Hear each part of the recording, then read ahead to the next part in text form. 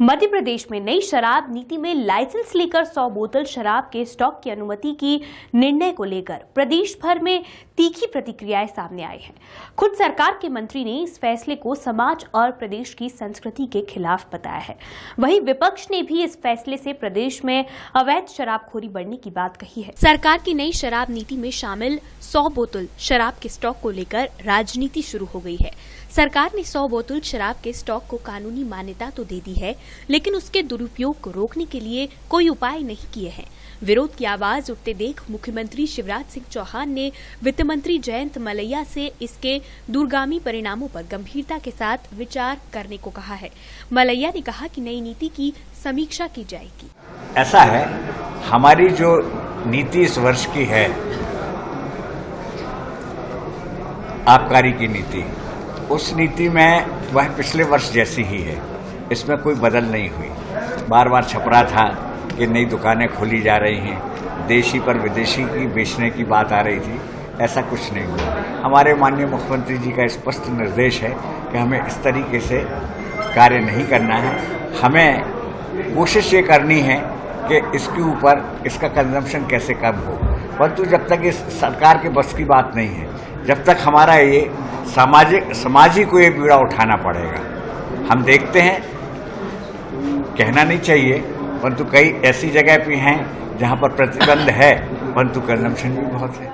राज्य के स्कूल शिक्षा मंत्री दीपक जोशी ने सरकार के इस निर्णय को गलत बताते हुए इस पर पुनर्विचार करने की मांग की है। दीपक जोशी ने शराब को दानवों का पेय बताया। नहीं, जैसे नई शराब नीति में तो ये कहता हूँ कि हम जिस देश में रहते हैं वहां तो अब ये कहा जाता है कि राक्षस लोगों का पेय रहा है ये जो शराब, और शराब समाज के लिए ठीक नहीं है, ये हमारा मानना है। तो ऐसे दृष्टिकोण में ऐसी चीज को बढ़ावा देने वाली कोई भी चीज हमको नहीं करना चाहिए। ये मेरी व्यक्तिगत निजी राय है, और इस कारण से मेरा ये कहना है कि अगर जो नीति आ रही है वो ठीक नहीं है समाज के लिए। इस मामले में विपक्ष ने सरकार के खिलाफ अवैध शराबबंदी को बढ़ावा देने का आरोप लगाया है। कांग्रेस सांसद कांतिलाल भूरिया ने कहा कि उनके संसदीय क्षेत्र में खुलेआम अवैध शराब बिक रही है। इस नीति के आने के बाद प्रदेश भर में अवैध शराब की बिक्री और बढ़ जाएगी।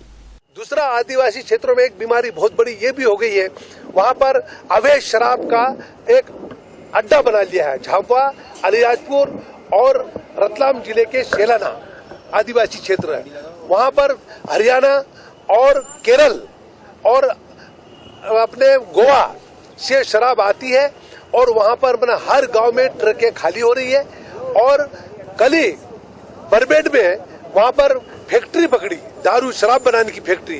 तो ऐसे अपने बरबेट में फैक्ट्री पकड़ाई वहाँ पर। उसी तरह से वहाँ पर अलीराजपुर में डोबला झीरी करके गांव है, वहाँ पर जो विधायक का गांव है, वहाँ पर अपने दारू की फैक्ट्री चलाई जा रही है। तो इस तरह से सरकार को सब मालूम है, क्यों नहीं बंद कर रहे हैं। और स्प्रिट मिला के, जो स्प्रिट आती है उसको मिला के और अल्कोहल जाने क्या क्या डाल के, तो लोग पी पी के साल 6 महीने में मौत हो जाती है। नई आबकारी नीति के दूरगामी परिणाम क्या होंगे, विभाग ने इसका अध्ययन नहीं किया है। वहीं सरकार की नई आबकारी नीति में इसकी मॉनिटरिंग का कोई प्रावधान नहीं है।